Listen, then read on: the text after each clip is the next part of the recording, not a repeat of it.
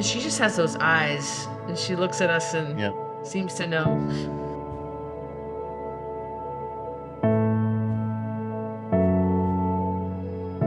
We're here with Annabelle Nickel-Hewitt, and we are remembering and celebrating the life of Annabelle Nickel-Hewitt, who has been with us for 9 years.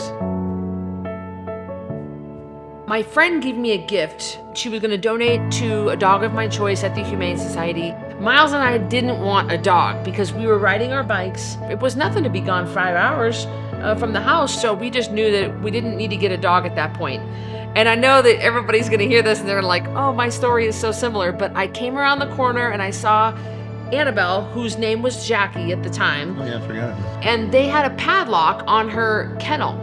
And they said, listen, we can't let people in. She's really difficult. She's not able to be adopted right now because every time we get her out, she goes crazy and she just mows them over. She runs over little kids. She can't walk her on a leash. She's out of control.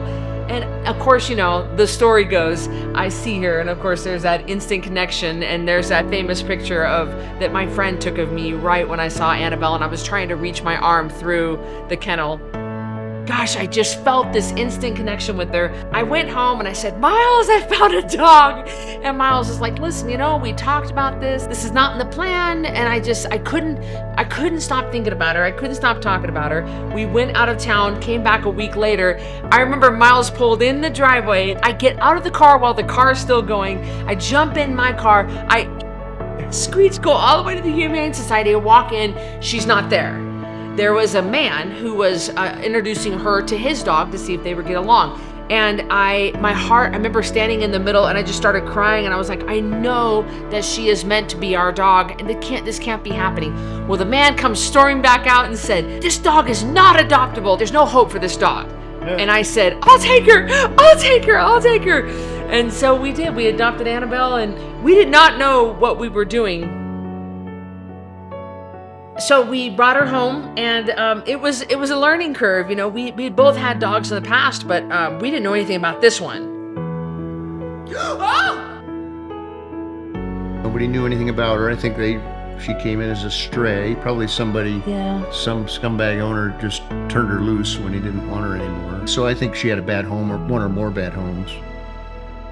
When we first had her, if I picked up a garden hose, she would run away, which told me that somebody used to squirt her, probably had her in a kennel in the backyard, and probably anytime she made a fuss, they just came out of the back door and squirted her with the garden hose to shut her up. So she was terrified of a garden hose for the first few months until she realized I wouldn't do anything with it other than wash my car. But we also think she got yelled at, in the F word especially, because if anybody yelled... Anytime I used the F word, she would leave the room. Yeah, she was very sensitive to cursing, and we learned early on to not do that around her.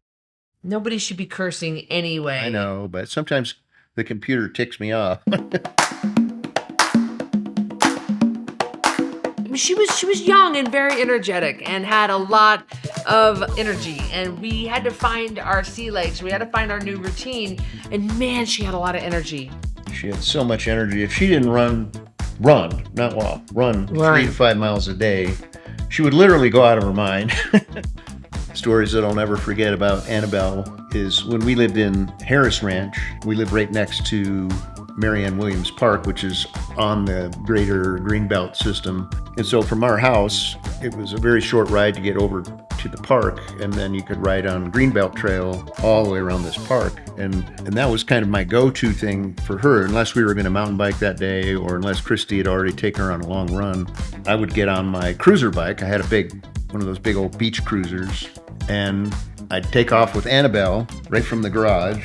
She knew to run right next to me, so she was never like doing anything weird. She would stay right next to me, and I'd get her just the right speed where she'd be in a full gallop, and we'd do this circumnavigation of the park and come back 3.5 miles, and that was perfect for her. If I could just run her hard like that for about 3.5 miles, that would get her through the day. So I must have done that with her hundreds of times. So this one day, there's a pond next to the kind of a backwater that comes up out of the river.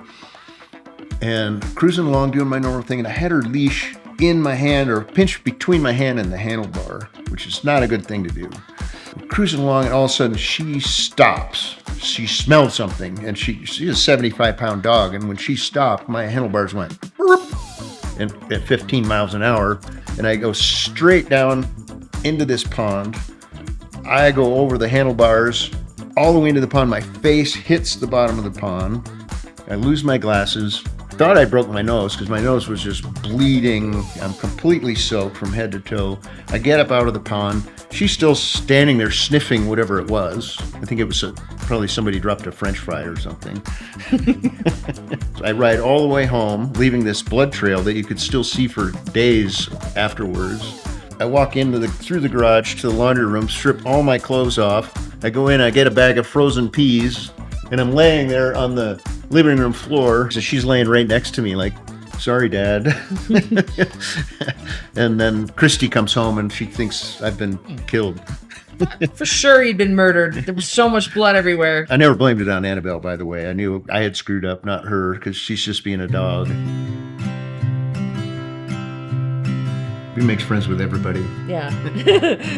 Especially if they have food. If they have food, that is a issue. In fact, one of our earlier stories about Annabelle, we were kind of thinking about getting a cabin at Tamarack anyway, but then we got Annabelle, and that kind of sealed the deal because we knew that she would love to get a cabin in the woods. We let her outside the cabin to go potty, and there was a handyman working at the cabin next door and had a big van. We didn't think anything of it, and all of a sudden we heard this yelling, "Hey, get out of there, get out of there." And we stepped out on the porch and we were like, "Stop yelling at our dog." And he goes, "Well, she's eating my lunch."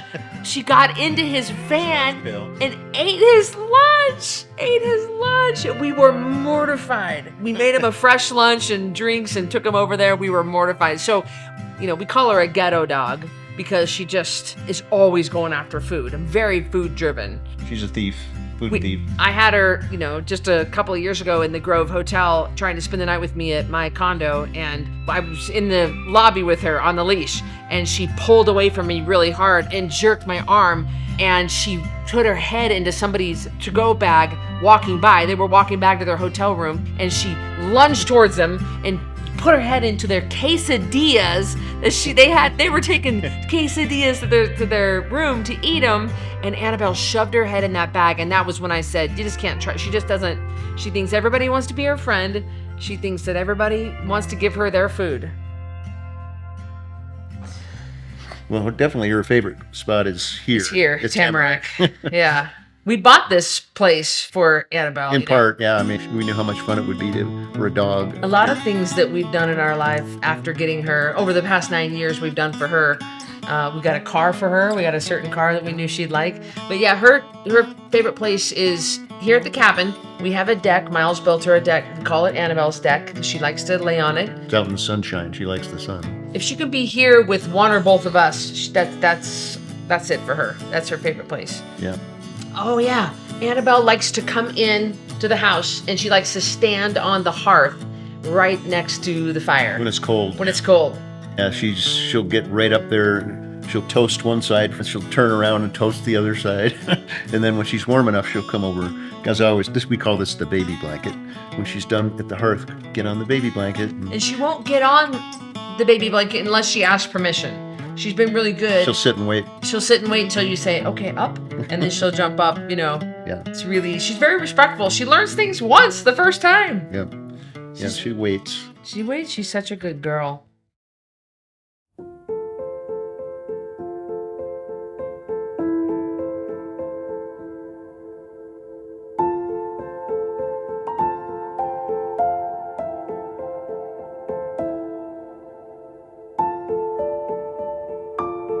The energy that she had, it's funny because it's been a long time now that she's 12.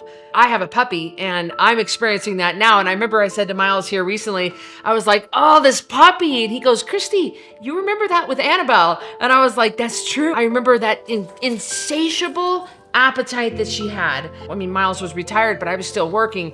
I started taking her to the office every day. The nice thing about her was that she's very, very friendly. She's very people neutral and dog neutral, so we could trust her right off the bat to not bite anybody or not act aggressive or not cause problems. She was very agreeable and easy to get along with. So we have Code Red Rebels in our community for years now. I've been doing Code Red for 14 years now, and we have people that specifically have requested to come to town to meet Annabelle because they have known her for years and they've seen her in videos. And so what we've kind of done is, by request, anytime we've ever had Code Red events, I always ask Miles if he can bring Annabelle by to see everybody. And she always does the morning walks with us. During any of the gatherings, she'll go make her way around to everybody. So everybody knows Annabelle, which is why I think it's, during this time, what we're going through right now with her, it's not just affecting us, it's affecting a whole community of people who have grown to love Annabelle and who know her personality and know her nicknames and they know her likes and her dislikes, and they are all being affected by Annabelle's diagnosis. And everybody's, it's not just us losing a dog, it's my whole Code Red community, because she's become a part of everybody's lives. Wherever we go, people want to pet her, and they want to kiss her, and they want to pet her ears. And so the way we figured this out initially was Annabelle likes to hug me in the morning. She'll kind of sit back like a chipmunk and put her legs up, and I'll get right down, and her legs will land on my shoulder, and I'll just sit there for a minute and nose to nose, and I'll just talk to her and because that's just something we do. That's very Annabelle. And so I'm hugging her and I'm rubbing her body, and I feel this lump on her rib cage, and right on her rib cage. And at that time, it was about that big around and kind of a half round shape. So then last week we finally got her in for her CT scan, and that shows that this lump is just kind of the tip of the iceberg. It's actually growing off one of the rib bones. Eventually that will take her, but strangely enough, this doesn't bother her yet, and her stamina and everything seems fine. Yeah, we're just really wanting to keep her comfortable as much as possible. Stephanie Baldwin has been her doctor for 9 years, and she said, when she starts losing interest in food or water, and she starts, losing interest in people. Mommy's okay. It's okay. My favorite thing about Annabelle is probably the wiggle butt trot. Well, I got pictures of that. It's hilarious. Trot. Like we know, maybe it's just us, but I think it's really sweet when she does this certain gait she has. She's a girl. It's like a walking horse. Hind end just goes. It just goes. And even when she's in the snow, I've got these beautiful pictures. It's like swish, swish, swish. You can see her track. And she'll do the wiggle butt trot until she catches up. She has a lot of confidence. She'll catch up eventually. She'll meet us. She'll find a shortcut. If we found out one day, yeah, and then had to put her down the next, that would be devastating. And this is devastating, but at least we have time to think it through.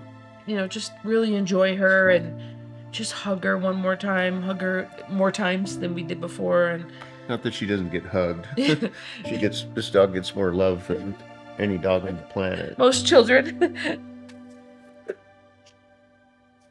Oh.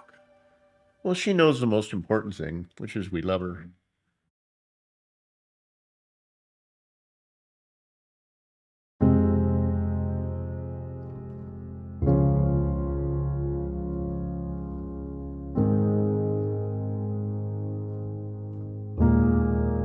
It was about 3 weeks between the time she was diagnosed to the time that she passed.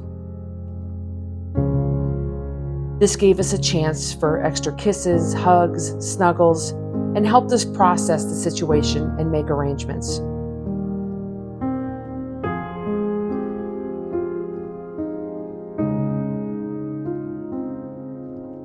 When her symptoms became too severe, we used an at-home service called Gentle Goodbyes, and they were absolutely incredible.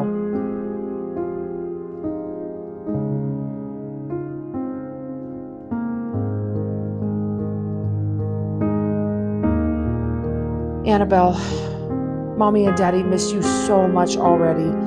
There is a huge hole in our hearts. You were the best thing to ever happen to us, and life won't be the same without you. We know you are now running pain-free with Vinny in heaven, chasing all the squirrels and exploring all the trails.